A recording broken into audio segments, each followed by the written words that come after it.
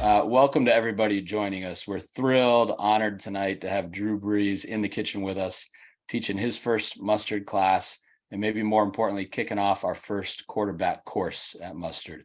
A big deal for us tonight. We've been teaching classes for pitchers for quite some time now. We're thrilled to start to do it with quarterbacks as well. In addition to Drew Brees, we've got Mustard co-founder Tom House. In my humble opinion, the greatest personal sports coach of all time. I think that's easily defensible. I know Drew will help me out too. The greatest. Of course. I'll hang around you guys all the time. That's We're going to make fun of you in a little bit, so don't get too used to it. I'm Rocky Collis. I'm thrilled. I'm co-founder, CEO of Mustard. So thanks for being with us tonight. Look, I think Drew Brees does not need an introduction, so I'm not going to try to overdo it. If I start rambling off stats, it'll take longer than the hour that we've got planned here.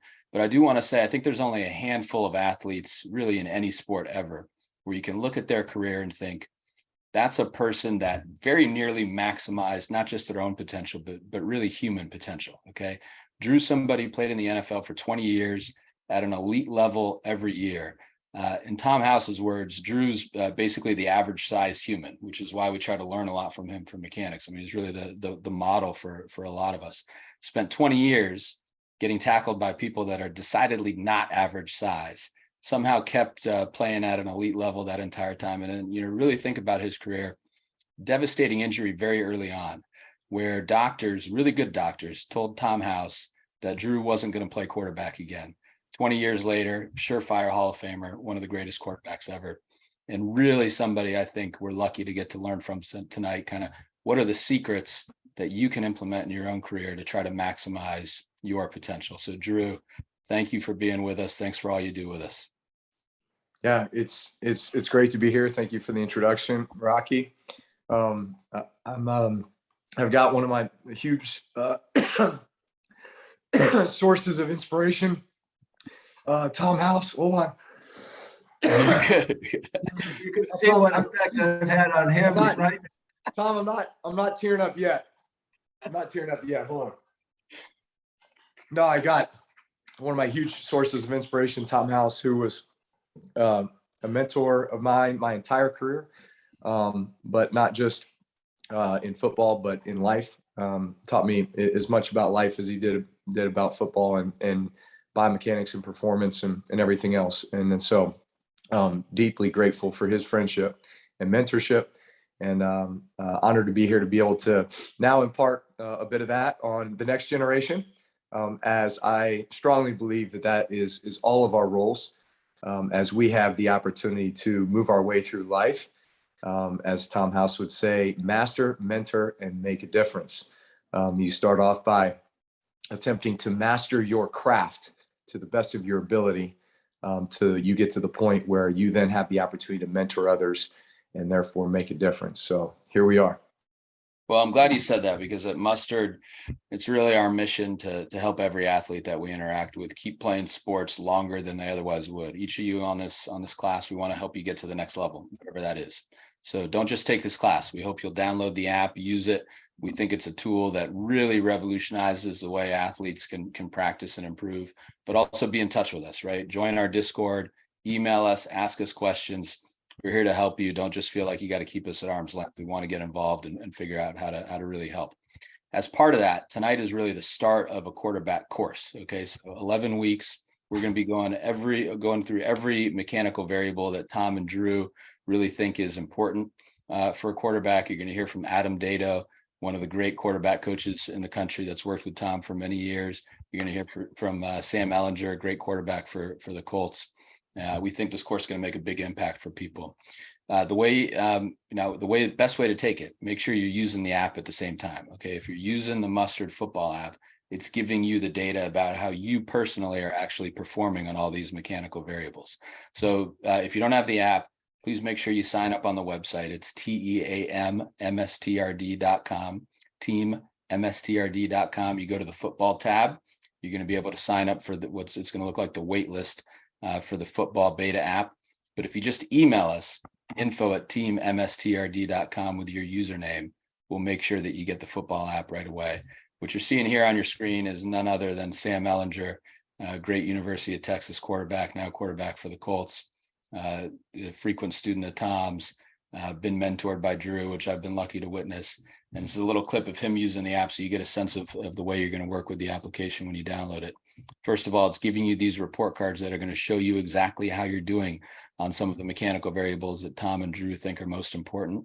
And then maybe most helpfully, it's editing video for you, right? So it's splicing a long video up into individual throws. And then for each throw, you can click on the different buttons that are shown on the screen there, and you can see exactly what you look like in still frame or pretty soon in GIF form. Right as you start your throwing motion, right as your shoulders start to open, so we can make sure you're staying closed long enough. And then as you're seeing there, what do you look like right at release point? So we can tell a lot from that still frame or that GIF. How are you doing on your front side? Are your eyes level? How are you doing on your stack and track? Lots of mechanical variables that we're going to talk through over the next several weeks. But tonight, I think, is a course that I've really been looking forward to, because I know I'm going to take a lot from it. And I think for any quarterback, any athlete joining this course, really, this is where the juice is. This is going to make a lot more impact than anything we can talk about mechanics wise. Drew, something I've learned from you over the years and offhand conversations, and then just watching you mentor other athletes, is the power of a routine, and how it's the things you do kind of every day, every week, that really have compounding effects and make a difference for you over the long term. Maybe we could ask you to just say a little bit to start, kind of, what are your thoughts on the power of a routine? Absolutely. Well, say another word for routine would be process. I think I'll get a nod out of Tom on that one. And I think something that's very important to remember, especially in this day and age where everything in sports is so results oriented, right? It's, hey, did you win? Did you lose? Did you this? Did you that? At the end of the day, if you focus on the process, the result will take care of itself. And what that allows you to do too is take a bit of the pressure or the burden of thinking about the results so much, and just focusing each and every day on following through with the routine that you have put in place for yourself to be as successful as you could possibly be. So the first thing I'd say about a routine and process is, who does that belong to? It belongs to you. And not every routine or process is going to be the same. You will find the things that work for you within that routine or that process. And those become the things that you do in a very disciplined way, on a daily basis, on a weekly basis. I say weekly, as you are preparing for, in football, it's preparing for Sunday, right? It's that routine of, what am I doing every Monday, every Tuesday, Wednesday, Thursday, Friday, Saturday. And it's segmented to a point where I know literally every minute of the day what I should be doing. And another reason why I think that routine, that process is so important is, deep down, I think for a high performance athlete, you feel like you earn the victory on Sundays by carrying out the routine and the process to perfection during the week. And as Tom would say, good process equals good results, a vast majority of the time. And so you can be confident that if you take care of that, that good things will happen on Sunday. But not only that, when you get to Sunday or when you get to game day, you know that you have done everything you possibly can to put yourself in the best position to succeed, which should allow you to go out and relax, have fun, and turn it loose. So I'll give you some examples of just what was my routine throughout, a typical NFL week. So we would play the game on Sunday, right? Hopefully I'm going home that night and celebrating with the family, and my boys are jumping on me, and I'm throwing the ball to them on the trampoline, or, tackling them on the couch or whatever, hopefully I'm not too sore. But the next morning, I'm getting up and I'm meeting the quarterbacks in the Saints facility at 7 a.m. and we're watching the game tape from the day before. Always felt like that was so important, whether it was practice, whether it was the game. Every rep that you took, you wanted to go back and watch that again. You're gonna digest, hey, here's the things we did well, here's the things that we didn't, here's the things that we work on, and then you're able to formulate, a little bit of the to-do list of maybe the things that you want to work on after practice that week based on, what you saw in the film. Then we'd go grab breakfast together. Then we'd go and jump in the hot tub, kind of warm our bodies up. Then we'd go in the weight room. And my objective on Mondays, and I actually learned this from Nolan Ryan, thanks to Tom for hooking me up with one of my childhood idols in Nolan Ryan, is that I took kind of the same philosophy that he took. And I think it was just further justified when I heard it from him. And that was after a game on Mondays for me, I wanted to have my best workout, my toughest workout in the weight room of the week. And as Nolan would say it, you put your body almost into a further deficit. When you come off of a game, whether it was, a pitcher, throwing 120 pitches, or a quarterback, throwing a bunch of balls and taking a bunch of hits, I wanted to go in the weight room and I had my heaviest leg day. I would condition, right? Work out the lactic acid. I would get as tough a workout as I was going to get all week on that Monday, almost to feel like, man, I'm going to push it as hard as I can, because I know then that I've got 48 hours until practice on Thursday.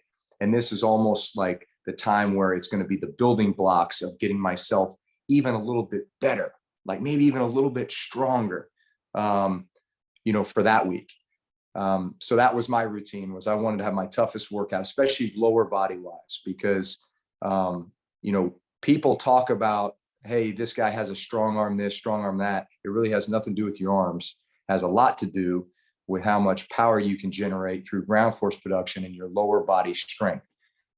So I always wanted to feel powerful and strong with my lower body. That's why I put that workout as the toughest one on Mondays. Then I would spend a lot of time in the training room, and a lot of that stuff was stuff that wasn't really fun. It was, but it was the stuff you had to do. It was the dry needling, it was the cupping, it was the icing, it was the, various things just to help my body recover as quickly as I possibly could. That was something that, as my career progressed, I had to spend more and more time on the recovery as I did the training itself. When you're young, you kind of feel like you can go out there and throw the ball all day, every day. As you get a little bit older, I kind of put more of a pitch count on myself and spent more time in the training room and with my recovery as I did the training itself, which paid dividends.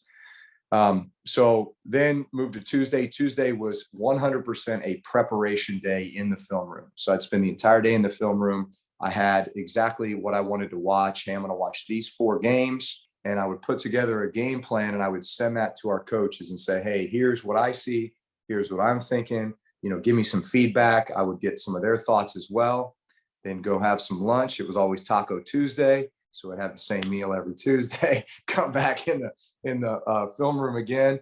And I would then start watching cut-ups. So, hey, I want to watch the empty cut-up. I want to watch the 2x2 cut-up. I want to watch the 3x1 cut-up. Hey, I want to watch a little bit of the pressure reel. And so I'd have, this routine or this process of the film that I would watch. Then I'd go home, spend the rest of the day or the afternoon with the family, then come back. So no workout Tuesday, no throw on the ball Monday. No workout Tuesday. Now I would go back in the weight room. So I'm sorry. I would always, not the weight room. I'd go in the training room. And it was actually, we had this tradition of what we'd call the Tuesday full body flush. So basically what we do is we would jump in the hot tub, we would jump in the sauna, we would jump in the steam room, and then we would go neck deep in the cold tub for 3.5 minutes. And we would basically add 5 seconds every week, during the season. And I would basically get in the cold tub and I would go neck deep, and I would sit there and visualize going on a 2-minute drive against the Buffalo Bills in January, or, Green Bay Packers or Chicago Bears, or just, somewhere really, really cold, in a really, really meaningful game at the end of the season. And I would visualize a 2-minute drive while I was sitting there in like 39-degree water, neck deep, and then get out and feel like $1 million, and then, go back and watch more film. So forgive me, because that was one of the best traditions we ever had, was on the Tuesday flush. Wednesday was base offense day. Thursday was third down day. Friday was red zone, short yardage goal line day. Saturday was walkthrough. I would always finish the walkthrough after everybody left the indoor facility, whether it was a home game and I was going home, or whether it was a road game and we were about to go jump on that plane. I would always go out onto the turf field after everybody had left, and I would visualize every no huddle package we had in the game plan, and I would visualize a 2-minute drive to go down and win the game. It would probably result in me walking through just in my head and then slowly marching down the field about 40 to 50 plays. And that would finish with a touchdown and us winning the game. And again, this is all visualization, visualizing the plays, calling the plays, communicating it, pretending like I got a clock that's working against me here, calling timeouts when I need to call timeouts, visualizing that, oh, you know what? We let a guy miss and I don't have anywhere to throw it. I would visualize throwing the ball away. Yes, I would visualize throwing the ball away to avoid a sack, to let the clock stop so we could move on to the next play, and gradually moving down and trying to make it as realistic in my mind as possible. I mean, really like sweating here, just because you're so in the moment. But walking off the field, having just won the game.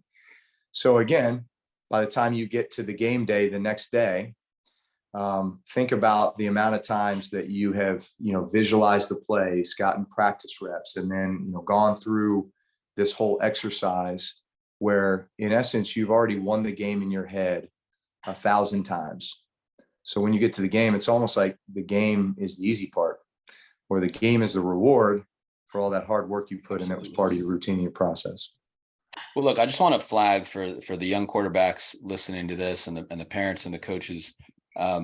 This may be obvious, but this process is as good as it gets. Okay. I mean, I've been lucky to be around some other NFL quarterbacks by hanging around with Tom House, and other NFL quarterbacks talk about Drew Brees' process and routine as its own legend. Okay. And I've heard other NFL quarterbacks sit down with Drew and get their notebooks out and write down every minute of the day what Drew was doing from the end of one game to the start of the next. So what you just heard is something that even NFL quarterbacks are really trying to learn from.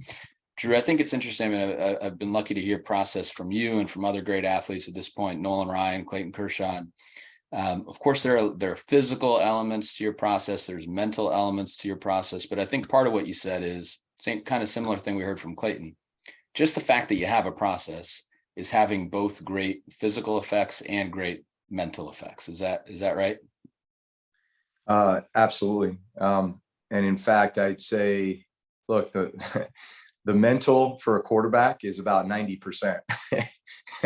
I mean, certainly you wouldn't be out there if you couldn't, do it physically. But the ability to be successful, especially as you continue to move your way up through the different levels of football at the quarterback position, it is so much your ability to motivate and inspire your teammates, those around you, handle adversity, and put yourself and your team in the best positions to win. And you do that through preparation. You do that through process and routine. So just, yeah. Real quick. One of the things you said, Rocky, and I'll reinforce it, and you heard Drew when he first started talking, he tried to get 1% better every day at everything he was doing. And he quoted Yogi Berra without knowing he was quoting Yogi Berra, where 90% of football is 50% mental. So do the math on that one. But more importantly, he asked if we could understand how many reps he'd been through before the game on Sunday. It turns out to be 400 or 500 reps before he even walked on the field on Sunday. And everything that Drew did in practice, he was actually playing a game. When he was in the cold tub, he was playing a game in his head. So by the time the game showed up, he'd already played 40 or 50 times. And it was just a matter of adjusting to whatever they hadn't planned for. And then the more experience Drew got, the better it was at adjusting on the fly, where what they might have prepared for, he saw some things that were a little bit different. But one of the gifts that Drew had, he was able to go back 3 or 4 years and say, remember when that happened, this is what we did. And he could recall it like it was yesterday. It's a gift, but it's a gift that you develop if you stay with it. Right.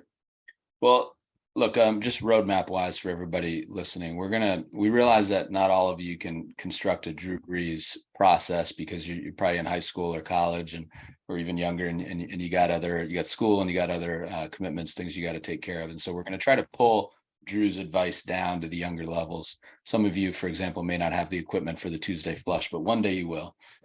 Look forward to that. But we're going to try to pull it down into the younger levels and think about how you can construct your own personal process that makes sense for you with the characteristics you want to build. Two more things about that, Rocky. Again, just, on something that everyone can do. And again, this is all about, each of you finding the routine and the process that works for you. But I never left the field after a practice without getting additional reps. I would take, whether it was the new concepts that we had installed that day, or whether I just missed a couple throws, a couple routes, the timing wasn't quite right on a certain route or concept. And I would make sure that I left the field with success. So, hey, it would be grabbing, each of the receivers, all the receivers, they knew you are not walking off the field after practice. You are staying there until the QB is done with you. But it was, I would look at them, and at times, man, we might've had a great practice, and I would just look at all of them and say, hey guys, pick two routes. Give me two things that you personally maybe just not quite right for you, whether it was your release, something you want to work on, give me two. The other thing for me too was I always wanted to finish the day in the weight room. So after practice, the reps from practice, and then throwing those extra balls after practice with the receivers to get the timing right. I would always want to finish my day in the weight room, because I always felt like, hey, throwing the ball kind of takes it out of you. Going in the weight room puts it back in. And so I had a routine of what I would do in the weight room that was heavily involved with joint integrity, shoulder strengthening, stability, and then core strength and balance.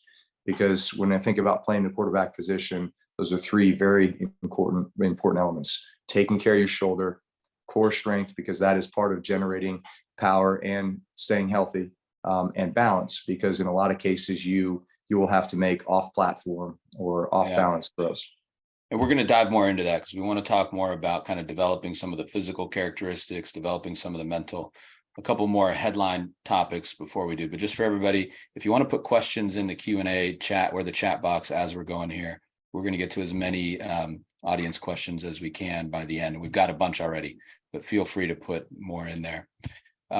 Drew, one thing that I've heard Tom talk a lot about, and I'm sure you have as well, is ritual versus process. And I think that's it's a tough topic for a lot of young athletes, where you can get so intense about improving, and we're talking a lot about having a really strict process, and that can easily morph into it being more of a ritual and it controlling you. Can you talk about how you would make sure that you were process oriented but not ritual oriented? Yeah. So, ritual versus routine, right? So, as someone once told me, you control your routine, the ritual controls you. You're getting good at this.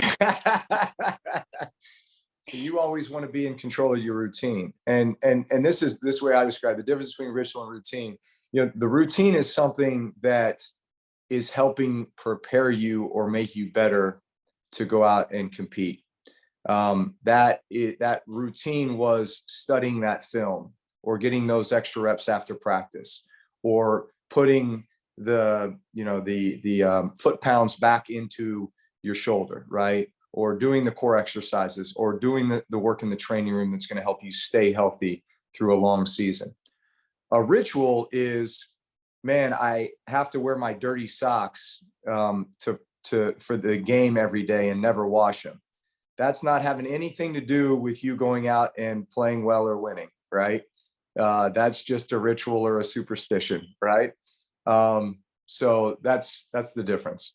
And we all have them. Everyone, whether it or not. Yeah, it took me forever to convince Drew that sometimes less is more. That was the concept he didn't get till he was in his mid-30s. So everybody has issues. The cool thing about guys like Drew or they figure out how to navigate those waters. And that's why it's so great to have you talking to the kids today, Drew, because you personalize it. And that is a key to this whole get together. You can actually help them help themselves, and that's the key to mentoring. Well, and one of the things you've hit, Drew, and I've heard you talk about this elsewhere, and it's something some of my business mentors talk about too, are what are your non-negotiables, right? So each day you should have some non-negotiables that are part of your process. And so you hit a few already, right? End each practice with success, extra reps every practice, and every day in the weight room. Those were 3 non-negotiables for you. Mm-hmm. I would suggest, tell me if you think this is right, but I would suggest for any of the young quarterbacks in this class, think about what non-negotiables you can take from Drew here and apply to yourself. So if they're doing that, Drew, are there any other headline non-negotiables that you would suggest for younger quarterbacks? Well, look, I'd say this, outside the realm of your sport, there are things that you will want to do that are based on, your morals and values that are still just as important to you being the best football player that you can be. So if you ask me in order what were the most important things in my life, it was faith, family, and then football, right? Football was not number one. It was faith, family, and football. So I have to be right with my faith and right with my family in order for football to work. So some other non-negotiables for me that were centered in and around those 2 things were every morning I would get up and I'd get to the facility and try to be the first one there. And I'd get a cup of coffee and I'd open up the Bible and I would spend my own quiet time in prayer and thought and meditation. And I would do that to start my day. And that's what kind of put me in the right headspace each and every morning, just to start my day feeling like, I was right with my faith. I would then spend the day taking care of everything I had to do with football. But I knew that I had to get all my work done by 7:00, because at 7:00 I was headed home, which meant I was going to walk in the door at 7:18 to my house. And I would have 4 kids that were supposed to be going to bed, like 20 minutes later. And that was my opportunity to get quality time with them and to be present with them and to talk about their day and to read them a book or a few books and to say our prayers and to just get that quality time. And I was not going to miss that. So it actually put an emphasis on being as efficient and focused as I could be with my football work, my work at the facility, so that I could hit that non-negotiable and not be worrying about, I didn't get this done or I didn't get that done, right? So my non-negotiable with family, my non-negotiable with faith, and football was a distant third. But it as long as I was taking care of those others, I knew I could go out and be the best football player that I could possibly be. And he had fun. One of the things that we've seen over the years, we've never not laughed on a football field. There's something going on that we can giggle or laugh about every day. And it carries over when you get home to the family. So fun is one you can add to the faith, family, and friend thing. But the idea is if your pieces are in place and you're committed to them, having fun is a bonus, but it's necessary.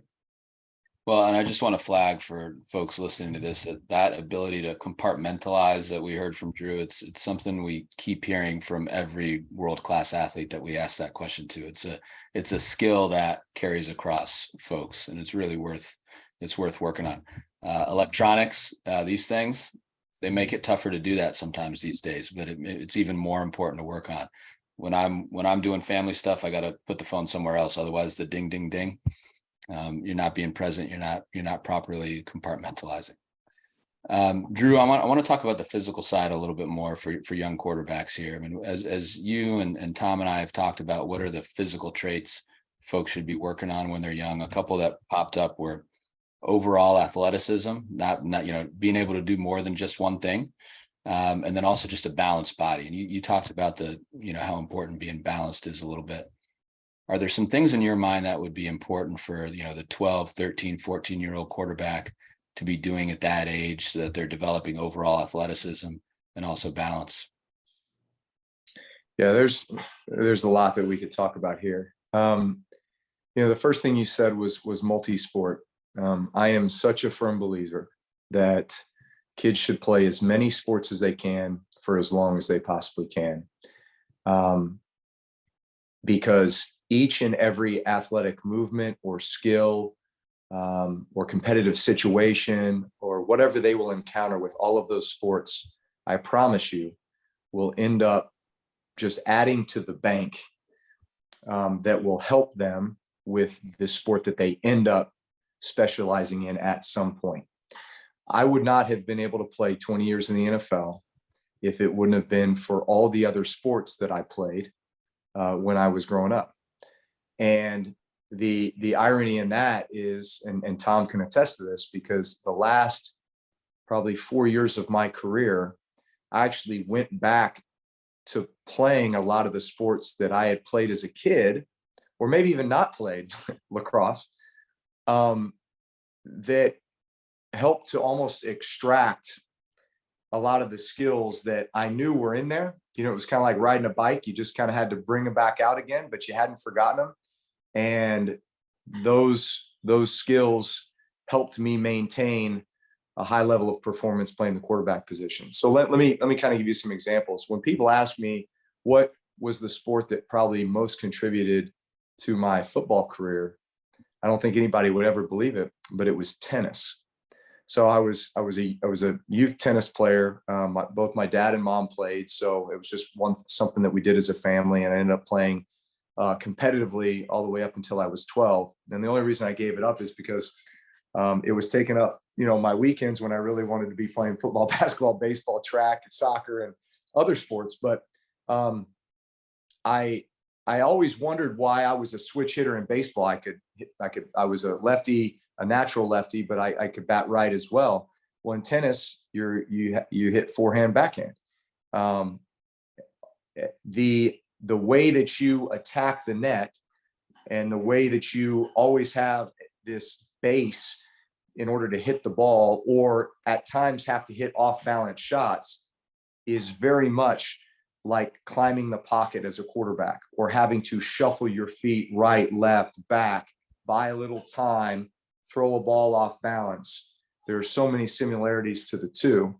And so there's no question that my tennis background was a huge contributor to football and to play in the quarterback position specifically.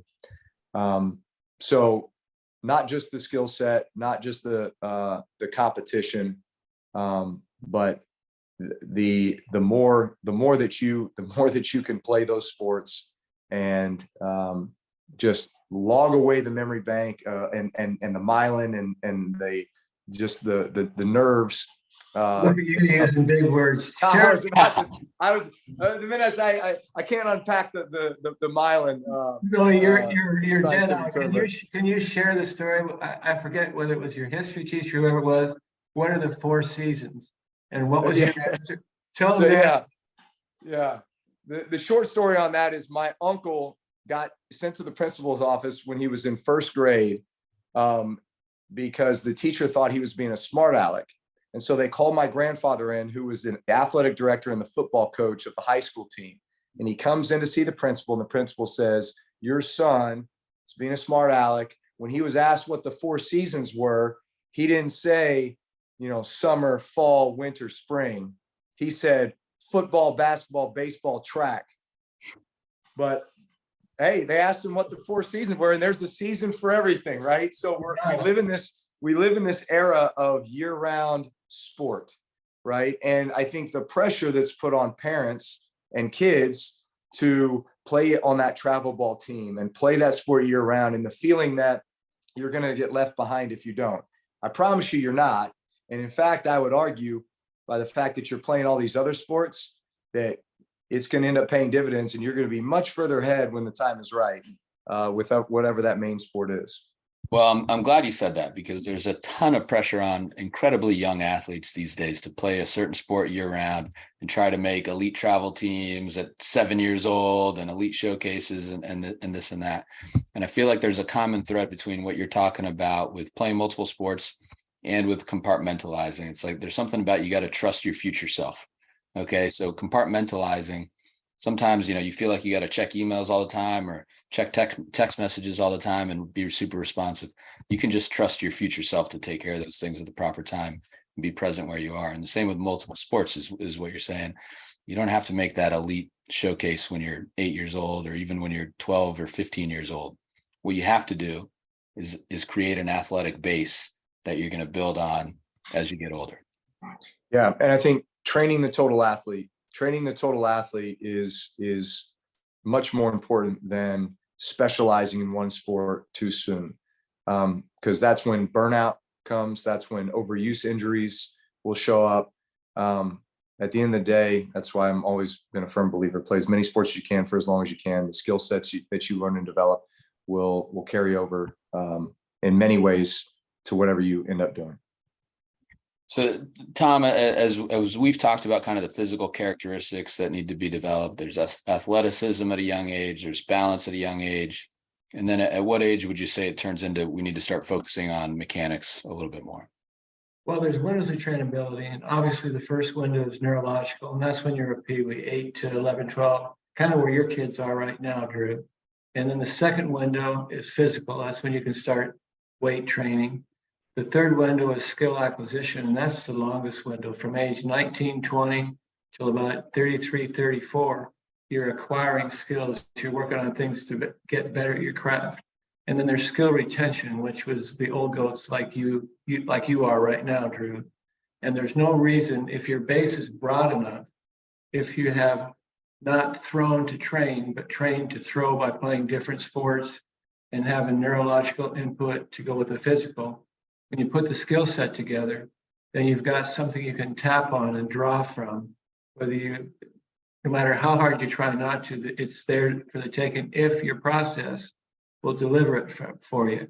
And when Drew was talking about swinging a tennis racket, and then he was kind of glossed over it, but playing lacrosse, it turns out that playing lacrosse is almost exactly the same as being a quarterback, because you got to get your feet squared away by people who are beating up on you, and you have to be able to make a throw from different angles. In other words, all that cross specificity, hard for me to say. And when you get a youngster, and I'll call Drew, when I first met Drew, his ability to take information from outside sources and turn it into a football application. Remember when you were recovering from your surgery, we were in the aerobics room, I think at the Pacific Athletic Club, and Dr. Andrews wouldn't let you lift weights. So we just walked around with our arms in the air and doing this stuff, which you see all over right now, but it started with Drew in an aerobics room with mirrors, working on movement and figuring out how to make his shoulder stronger without touching a weight. So you get creative, and when you get a kid like Drew, and I'll call him a kid, that is that committed and willing to go the extra, it turns out as I won't call it luck, by design, you've got a Hall of Famer talking to us right now. Drew, but that's the first time in the same sentence you got called a kid and an old goat. And I don't think he was doing goat the acronym. Well, but so going to the windows of trainability and getting to the skill retention, right? And that kind of 33 years old and up, what would we do every offseason when we would start training again? For about 2.5 months, I would not touch a football, right? Say that again. Please say that again. For 2.5 months. So from, call it March 1st until mid-May, I would not touch a football. But we were still training to throw a football. We were still training to play quarterback. But I literally was going back to almost that first window of trainability, the nerves. Yes, you were. That's exactly what you were doing. You were rewiring all the myelin to handle the aging process and the beating you took playing football last season. So you did get it. I was trying to prolong my prime by just going back to being a kid again. And that's exactly what you have to do. Yep. But I think that, the important point of that, Drew, for the folks on this call is that you had to have been a kid first, right? You had to have played all those sports. You had to have built that base. You told a story that I thought was super powerful about more the end of your career, the last couple seasons, let's say, where you started to lose some skills maybe, but other skills you started to actually enhance. Can you talk about what those last couple seasons were like?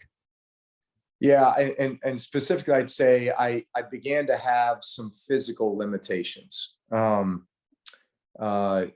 know, my shoulder injury when I left the San Diego Chargers, the one that you know some doctors said was career ending. I knew at some point that kind of the degeneration, the early onset arthritis, like those things would begin to catch up with me. And sure enough, they did, probably in the last 2 to 3 years, especially, to the point where it became harder to push the ball down the field. It became harder to recover. There was pain.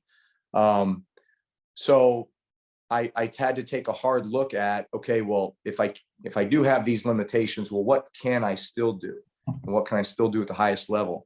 And I'm going to make sure that I put myself in the positions to execute on the things that I know that I can do. Which did that mean, limiting the playbook a little bit? Yeah, it did. I had to go to the coaches and say, you know what, I don't think we can throw that concept anymore. Or if they called it, I knew, it's got to be within a certain range, or it's not worth the risk. I can't get it there. But I think what that did was that forced me to be even more focused on just really locking in on the things that I knew I could execute at the very highest level. And so in a way, I almost played even more confident because I knew exactly how I was going to beat you. Mm-hmm. And I'd say I played some of my very best football in the last 4 years as a result of that, even though some of the things that I used to be able to do, I wasn't able to do anymore. Well, at least one of those seasons, you guys led the league in offense, right? Yeah, I mean, we were top 5 every year, Rocky. Yeah. But no, that was, yeah. At the end of the day, what was our job? Our job was to score points, take care of the football, keep our defense off the field. So whatever we had to do that. I just think it's so important for young folks to hear. There's this baseball too. There's this huge focus. How hard can you throw the ball? How far can you throw it? And that's supposed to dictate what your success is going to be. And it's just not the case. You're hearing from. Yeah. And I'd add to this. I'd add that by saying, some of the like I can look at a couple quarterbacks right now in the NFL, and I'll take Tua Tagovailoa in Miami. He throws with excellent anticipation. Why does he throw with excellent anticipation? Because he doesn't have the strongest arm. I hate that term. He doesn't. It's not as live, right, as the Josh Allens, the Patrick Mahomes, the so on and so on. So he has to do that to survive, right? He has to turn that ball loose a little bit earlier in order to hit that receiver out of the break before the defensive back gets there. And he's had to do that his whole career in order to play at a very high level. So you almost learn your own survival skills based on, what your talents are, or maybe what you lack.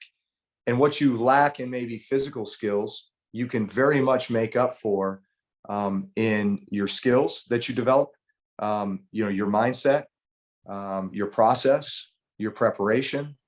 And I would almost say that,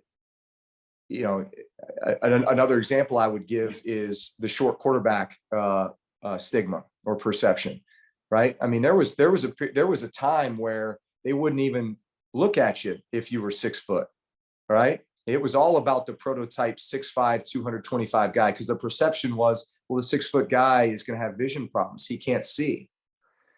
Well, if you ever close your eyes, you have a heightened sense of awareness and other senses when it comes to smell, when it comes to hearing, when it comes to just the feeling of what's around you and in the room. And that's what I would equate to playing the quarterback as a 6 footer. Yes, maybe there's a little bit more of this that's going on in front of your face because you're 5 inches shorter than the prototype.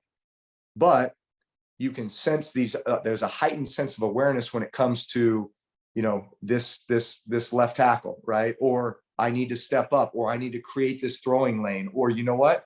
I need to make sure I know that coverage, and I know what every defender on the defense is doing in that coverage, because even though I can't visually see it, I still know where they are on the field. And I trust my receiver. I know where he's supposed to be. And I'm just going to go ahead and throw this ball up over the will linebacker right in front of the safety, and the X receiver is going to catch it, and we're going to get a first down. You do that with trust and anticipation, and you do that to survive. But I feel like you actually have a heightened level of awareness and skill level when you have limitations. In other words, the extra work he spent with his receivers helped both of them understand the visualization process. That you knew where he was supposed to be, even if you couldn't see it. You trusted if you threw the ball there that he would be there. And it isn't just Drew working by himself, it's Drew working with his teammates to make sure the visualization and the actual seeing are the same thing. So it's doable. It's very doable. But Well, and this is a concept we talk about a lot at Mustard, right? Mustard co-founder Jason Goldsmith, mental performance coach, teaching a class actually at 6:00 Pacific tonight. So anybody on this call can register for that class too. But this concept of awareness, visualization, trust, a huge concept that Jason talks about frequently. So if that's of interest to folks, we recommend they join that. One more question from me, Drew, and then we're gonna try to blitz through as many user questions as we can. We've talked about non-negotiables. Finish the day with success, do extra reps, finish the day in the weight room, get good at compartmentalizing.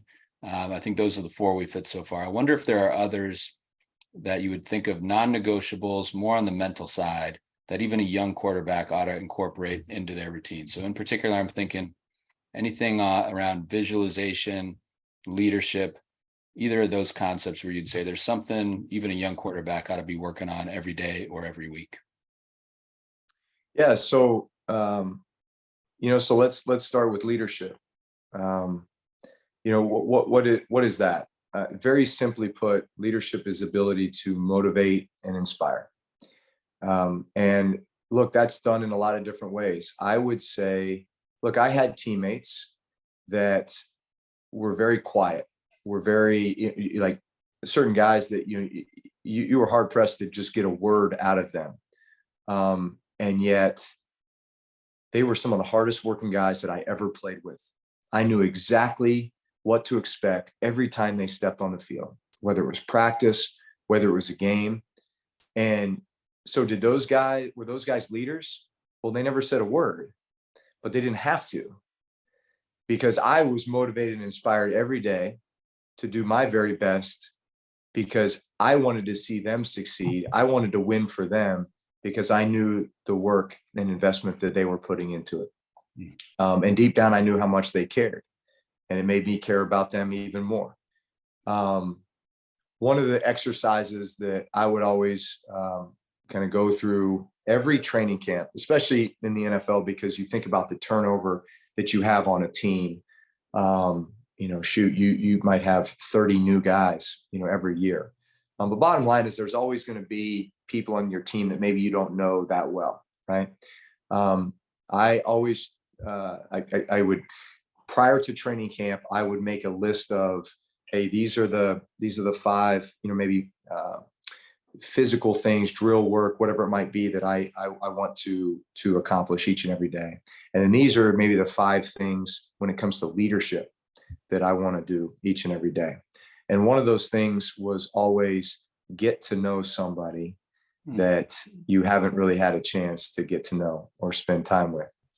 And that could be as simple as, when we were in a training table and we were just having a meal, maybe go sit next to some guys that you wouldn't normally sit with, right? Or find a guy in the training room or in the locker room, or even just, kind of walking in the hall or whatever it might be.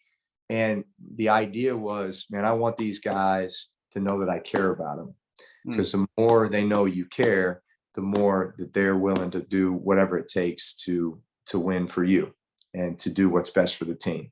And so I would encourage you all that, man, it's not just about the physical traits, right? Or the things that you're trying to focus on that are specific to the quarterback position when it comes to, throwing, et cetera, or learning the playbook. It's as much about your ability to lead your teammates and motivate and inspire them in different ways. So I'd encourage you to find those ways each and every day just to let the guys know, how much you care and how much you want to see them succeed, and that you want to be somebody that's going to help them do that. Can I add one thing real quick that Drew did intuitively? It was never what were you doing or I did this. It was what are we trying to accomplish here? When watching him work out with his receivers, if they did something that he wasn't anticipating or vice versa, he said, okay, what do we need to do to make this play work? Where are we supposed to be on this play? I never heard him I or me. It was always we. And when you communicate that to even someone you don't know really well, when it's we, you both are trying. And so that you can use that as a little tool that I saw Drew use his whole career. Well, incredible answer. And then I heard a few really specific tips in there for folks. I mean, lead by example was one thing. One thing that you mentioned quickly is you made an actual list of your priorities, which could be a powerful tool for some folks. And then seek out connection with your teammates. That was a third one. So maybe some non-negotiables there that people might consider incorporating. What I think is cool is those are usable by any age, right? I mean, that could be used by the sophomore who's the starting quarterback on varsity, right? You don't have to be the rah-rah leader. If you're leading by example, if you're seeking out connections with your teammates, you can use Drew's tips to be an effective leader there, which specifically was one of the questions we got. So I'm glad we've answered that. Getting to the user questions here, Drew. Did anything you did as a quarterback help you as a dad? Well, I'll say this. We had we were talking about the balance, right? And so I'm going to dive into that a little bit. Equal and opposite. So in my towards the end of my career, I would, I'd expend myself, pretty good, throughout the course of the day, to the point where, man, I've thrown enough balls with my right arm. I can't be throwing more balls with my right arm. But when I'd come home, I've got these three boys that were like, Dad, throw to us, Dad, throw to us, And so I started throwing left-handed. And so Tom and I always talk about this, equal and opposite, right? So it's, if the front side of your shoulder says that you can throw 100 miles an hour, but the back side of your shoulder says you can only throw 80 miles an hour, guess what? You're only going to throw 80 miles an hour. And you're also increasing your chances of getting injured, right? So you're only as strong as your weakest link. Whatever you train right side, you train left side, right?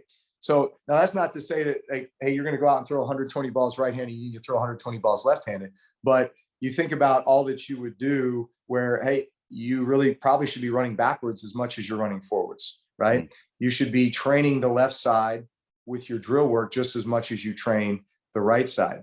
Well, it just happened to be that because I couldn't come home and throw a bunch more balls with my right arm, I just started throwing left-handed, to the point where now I've got some issues with this right shoulder, and at times it's pretty tough to throw with it.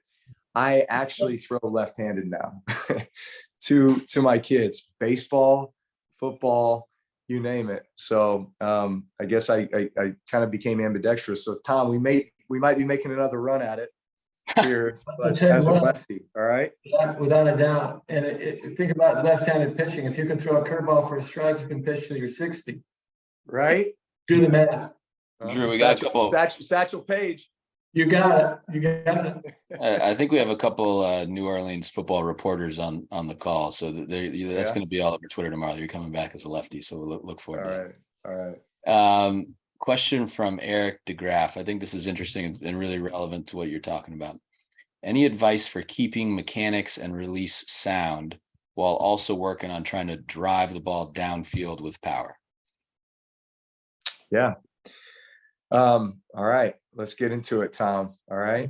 You throw your feet. Quick feet equals quick release. That's quick release is how far can his foot ground force reduction ends up with long ball. So you explain that in your words, and we got it made. Well, I first thing I'd say is, how do you generate power as a quarterback, as a thrower? Number one, ground force production. So when I was earlier in my career, I had a really wide base. So that wide base gave me great balance. I had a very short stride. It allowed me to, I could get the ball out very quickly. But I probably wasn't maximizing my ground force production because I was only striding maybe 4 inches.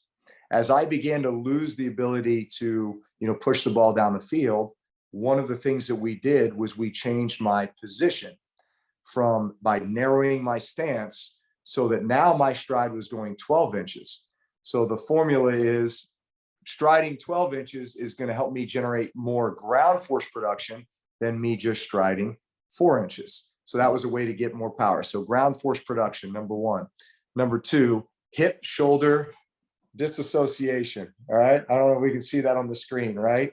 So hip shoulder dissociation, when you start the throwing motion, your hips come forward, your shoulders pretty much stay the same, and you create this angle that is similar to, envision like a coiled rubber band, right? You coil up a rubber band and then you let it go. Wow. You get that action, that power. And then your functional strength, right? Your functional strength, core strength is going to be that other contributing factor to power. So at the end of the day, your arm is just along for the ride, right? You are generating all that power and that energy from feet to fingertips. And there was ways that as I got older, what do you lose during the aging process? You lose the ability to go fast. You lose flexibility. You lose the ability to recover. So as I got older, that's why we would always go back to the windows of trainability with the nervous system, which was teach the body, train the body to go fast, right? So everything we did was nerves, it was speed, right? Same thing, fast into foot strike, which meant faster the ball is going to get out, right? It was always looking at 0.3 to 0.33 seconds from foot strike to get the ball out. You can't start throwing motion till you get your front foot down. We lengthened my stride. We did a ton of drill work that involved, weighted balls and hip shoulder dissociation, med balls, etc., just to get as much torque as I possibly could there. And throwing hard, easy. Say it again. Wow. Yeah, as Nolan Ryan would always say, I want to throw hard, easy. If both Nolan and Drew say it, it's got to be pretty good. The more tired Nolan got, the faster he'd go, and the higher that leg kick got. Right? You're scaring me. You're scaring me. You actually did listen. Good for you. Well, look, I want to get. Hold on, I got to show you something. Yeah. I told you this would get away. This is awesome. This is great. This. I've got this in my office right here. Where'd you find that? I found it at like a card show that I was at, and I said I have to have that. I would literally look at this for the last 5 years, and would give me motivation. It would just reinforce. I want to throw hard, easy. The tighter I get, the faster I go, and the higher I kick my leg. Wow, so good. Well, we're going to get to one more user question here, but I just want to point out for both Eric, who asked that question, and for Jesus, who asked a very similar question about arm power. That's a lot of what we're going to be discussing over the next several weeks in the quarterback course. All the mechanical variables Drew just discussed, the drills he's talking about. Keep joining us on these weekly classes, and you're going to get a lot of that information. And then wouldn't it be cool if there were an app where you could just point it at yourself and take a video, and it would tell you how you're doing on these mechanical variables. It would tell you your timing, your hip shoulder separation. That would be cool. I don't know. And then it gives you all this drill work that you can do to make big strides and huge improvements. Man, wouldn't that be something? That would be something. What a great idea. We're doing all the same stuff we were doing. Yeah. Yeah. You could get coached by Tom and Drew yourself. So that would be cool. Let's do one more question, Drew, and then we'll let everybody go. But I thought this was a really kind of micro process question that was super interesting given the topic of the class. When you were walking up to the line of scrimmage, what was your pre-snap process? How did you think about that? I love it. So I would really I'd go low to high. So I'd look at the front. So I'd look at the defensive lineman, because there were different clues or tips that where the defensive linemen were lined up, it would tell me about what was going to happen on the back end. So for example, there were certain fronts that I knew, all right, when they're in this front, it's 100% pressure, or it's 90% pressure. And here's the pressures off of it, right? Or it's between this coverage and that coverage, right? So immediately I would be able to look at the front, and it would eliminate certain coverages, and it would just tabulate, all right, it's going to either be this or this. Then I would look at linebackers, right? Then I would look at safeties. Then I would begin to blink corners, right? And the first thing you're trying to assess is, number one, I want to kind of be able to reduce the the options, right? Reduce, instead of thinking that, man, it could be 15 coverages. By blinking the front and by getting some information, I've been able to narrow it down to, hey, it's either this or this, right? And now I'm sitting there going, well, is it man? Is it zone? And then, oh, if it is man, where are my matchups, right? Who do I want to attack? I immediately would formulate a progression in my mind of, okay, I'm going to throw here to here to here until I get one-on-one over here with Michael Thomas, and then I'm throwing over there. And the last thing I'd always think about is, if what's the worst thing that can happen here, and where is my outlet? Where is my outlet? If this is a jailbreak, right? Like guard falls down and Aaron Donald's coming to take my head off, where can I go with this ball where I prevent something bad from happening, right? I don't want to take a sack. I don't want to take a negative play, because that significantly inhibits our ability to get a first down and go and score points. So where can I get rid of this ball where I can just live to play another day? So that was my thought process. Tom, we just learned. He did all that in 20 seconds. So that's the film room right there. Well, and you still got it memorized. And what my takeaway from that, Tom, is we just learned why you and I were pitchers. Oh, yeah. Breathe, throw. That was a pitcher's process. All day to throw. He dies if he doesn't get rid of the ball in less than 0.4 seconds. Right. Look, Drew, thank you so much. I really believe anybody listening to this, huge impact for them. For everybody who joined us, thanks for being here. In an hour, we've got Jason Goldsmith starting with Justin Courtney, who's rocketing through the Mets minor league system. Really recommend you listen to that class on mental performance. Tomorrow, Tom House is teaching mechanics. We do both pitchers and quarterbacks on those classes. You're welcome to submit videos via our Discord, and Tom will bring a few athletes up on stage, break down mechanics live, give you more in-depth instruction. And then Thursday night, we're really looking forward to having Aaron Nola of the Phillies, some of the best mechanics in baseball for you to learn from. One of the best two-seamers in recent years, and he's really going to talk to us about how he developed that pitch and how he utilizes it. So with that, we appreciate everybody being here. Drew, you're the man. We appreciate you. Great job, Drew. Have a good night. Thank you, guys.